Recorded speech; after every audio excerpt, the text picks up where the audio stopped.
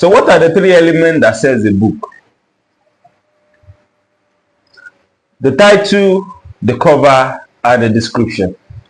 Those are the most obvious part of a book. I mean, to a straight journal. Before they even get to open the book and see the content, the title is important, the cover is important, the description is also important. As we've established earlier, the title is the main subject of the book. It should carry the entire weight of the book. The cover also, there are a lot of thought that actually goes into the cover. The choice of the background, the choice of the color, the choice of the title placement, letter placement, where to put the title, where to put the author's name. Everything is very important. So it's not something you can randomly generate. It has to be thought through, and that is how that is done. Then the description. The description is like a synopsis of the entire book. It should depict whatever you want people to expect.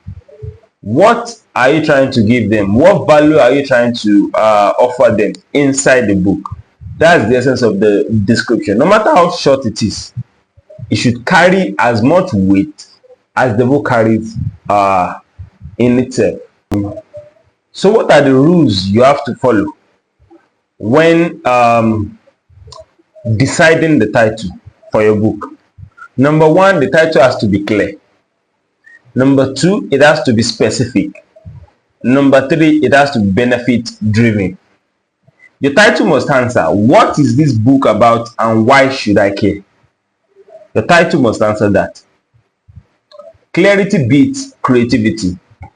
Any day, of course, you are creative. However, there is the part of clarity also, which is very, very important. So you should take clarity into consideration. No matter how creative you want to be, you should take clarity into consideration. It is very important. Title examples. We have example of a weak title, My Journey as a Student. Saying that is a little bit vague. Your journey as a student. What happened? A lot of, it's not specific enough. But now look at the strong version. How to build discipline as a student. That is very specific.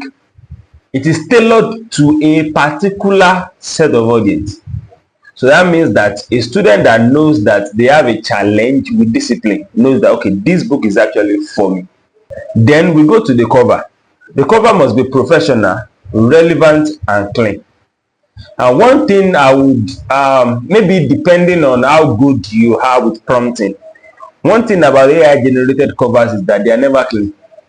So many unnecessary information, so many extra colors and all that. Sometimes, most times, that is what you find, except maybe you are extraordinarily good with prompting and you use an image generation, use an AI tool that is specific for image generation that can give exactly what you want.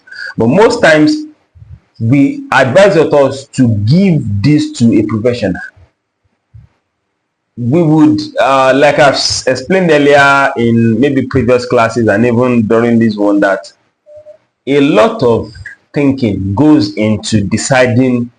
In fact, at Acewood, if you pay for cover design as an author, we give you up to 3 samples, between 2 to 3 samples, so that you can decide. So the cover should be professional, relevant, and also clean. People judge instantly. When they pick your book off the shelf, they can be able to tell. They don't even need to open the book up. They'll be able to tell, would this interest me? Aside the title itself, the cover too. And also, bad design signals low value. It doesn't matter how valuable what you have in the book is. If your cover is not professional, if it's not relevant, and if it's not clean enough, then you're already speaking a wrong message.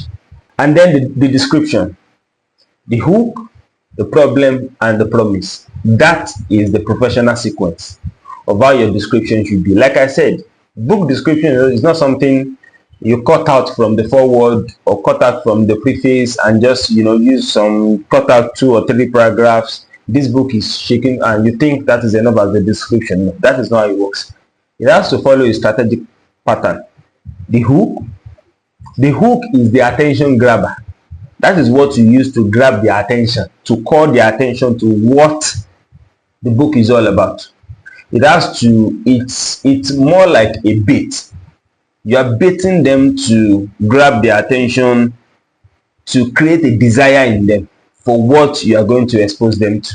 So then after the hook comes the problem. What problem have you identified inside the book? And then the promise.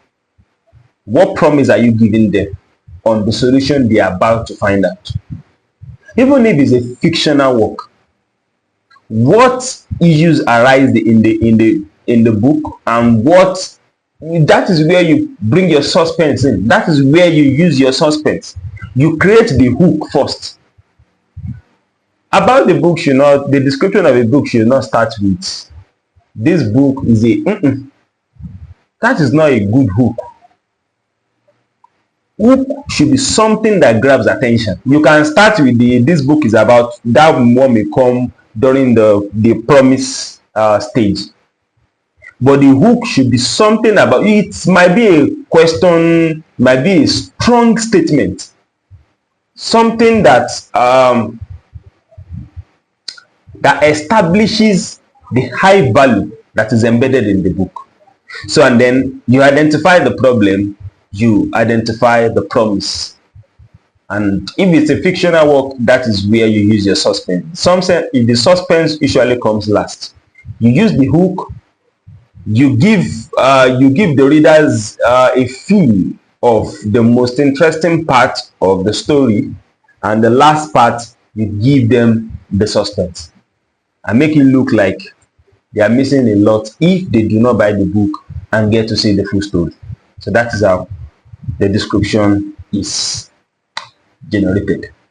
We have some few key takeaways here, which is what we call AIDA. Let me explain that. Attention, interest, desire, action. We don't just use this in this is a standard practice in marketing, advertising, sales. Attention is what I've explained earlier with the hook, something that grabs. Imagine you are scrolling through Facebook. We use this when we are writing sales copy. You are scrolling through Facebook, thousands of contents, you are going. What would make people stop? Just pause for a few seconds and read whatever you've and say, okay, what is this about? That is where the hook comes in. That is the attention grabber. Then after you've succeeded at grabbing their attention, that is where you now capture their interest. Because the fact that you grab their attention does not mean that you can sustain it to be able to grab their interest. That is the problem we have with most bloggers. They use clickbait. Yes, clickbait will grab your attention. Because I once read there was a notification on my phone when Muhammadu Buhari was still the president. The title of the news was Muhammadu Buhari is dead. So, of course, that grabbed my attention. Immediately I clicked on the news. I think it was Opera News or something. And I realized that the Muhammadu Buhari was not the president. It was just one random man somewhere in the north. So at that point, my attention was lost. Because the first thing I went to look for was which Muhammadu Buhari. Is this news real or not? They captured my attention, but they were not able to sustain it.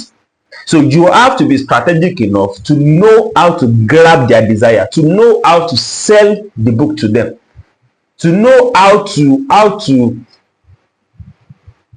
create a perception for the value you've embedded in that book that makes it just so captivating that they must buy. And the last stage is the action. You must be convincing enough to make them take action, because that is the final stage. The attention, the interest, the desire. The final stage is the action. Like I have here, title, get attention, Cover builds interest, description drives action. It is very, very important. Thank you.